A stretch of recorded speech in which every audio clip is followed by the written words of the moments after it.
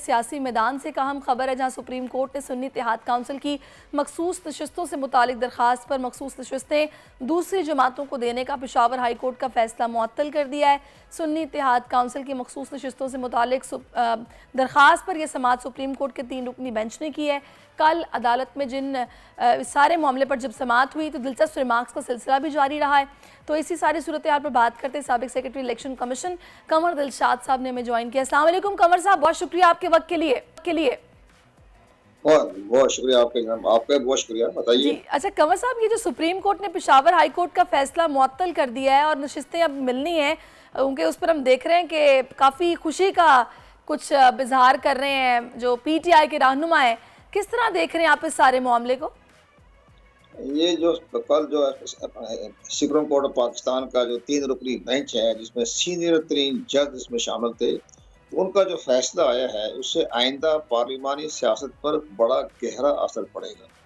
उसके सबसे बड़ी अहम बात यह कि 3 रुकनी बेंच के बाद अटॉर्नी जनरल की दरख्वास्त पर उन्होंने लार्जर बेंच के लिए जो है उनकी तजवीज़ वो तस्लीम कर लिया है।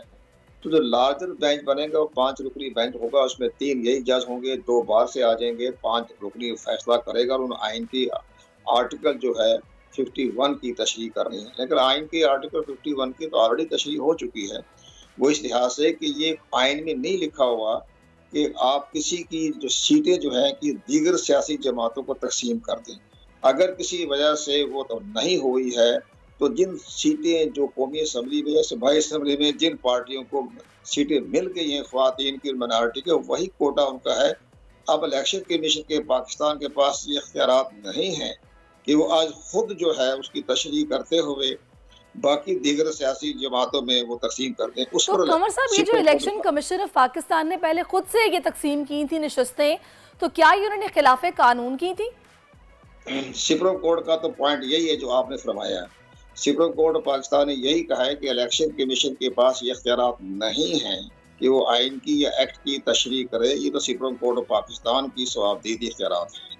लेकिन सबसे बड़ी अहम बात है जो हम नहीं बहस करते टेक्निकल तौर पर, इसका जो सियासी असरात जैसे आप फरमा रही हैं उसका ये पड़ेगा कि जब ये तमाम नशिस्तें जो हैं सुन्नी इत्तेहाद कौंसिल को मिल जाएंगी, जिनका दावा है 78 का, तो 78 तो सीटें को मिलने का तो इम्कान नहीं है, लेकिन तकरीबन 26 सीटें जो हैं कौमी असम्बली में सुन्नी इत्तेहाद कौंसिल के कोटे के मुताबिक उन्हें मिल जाएंगी।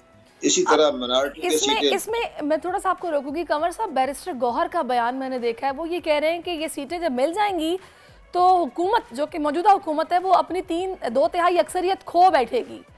तो फिर ये क्या मतलब सिस्टम बनेगा, फिर नंबर गेम क्या होगा? वो सियासी बयान पर हम नहीं जाते, वो पार्टी के चेयरमैन हैं, उन्होंने अपने वोटरों को भी मुतर्रक करना होता है। लेकिन सबसे बड़ी अहम बात यह है कि एक पाकिस्तान जो है सुन्नी इत्तेहाद कौंसिल जो है वो कौमी असम्बली की सबसे बड़ी मेजॉरिटी पार्टी बन जाएगी जब ये सुन्नी इत्तेहाद कौंसिल का फैसला आ जाएगा। तो फिर ये वज़ीर आज़म के खिलाफ तहरीक अदम एतमाद पेश करने की पोजीशन में हो जाएंगी।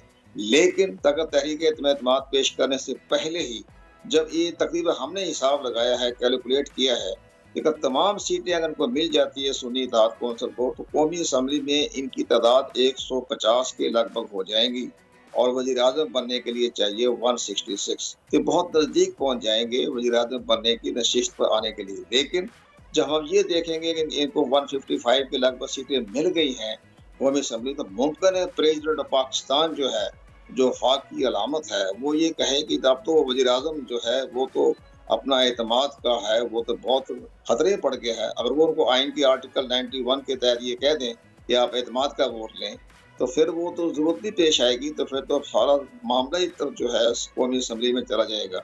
इसी तरह ये आहिस्ता आहिस्ता आगे बढ़ेंगे। फिर पंजाब की जो वज़ीर आला है उसके खिलाफ इसी तरह की तहरीक अदम एतमाद पेश करने की पोजीशन में आ जाएंगे। बेशक कामयाब ना हो लेकिन पोजीशन में होगा, आ जाएंगे। इसी तरह स्पीकर सूबाई असम्बली है वो भी खतरे की जद में आ जाएंगे। चलिए अब ये देखते हैं कि नशिस्तें सही जब ये तकसीम होती हैं तो फिर उसके बाद क्या मंजरनामा आगे सियासी तौर पर हमें नजर आएगा। बड़ी दिलचस्प सूरत हाल है।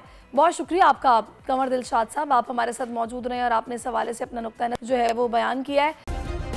सब्सक्राइब करें और बेल दबाएं ताकि कोई खबर रह न जाए।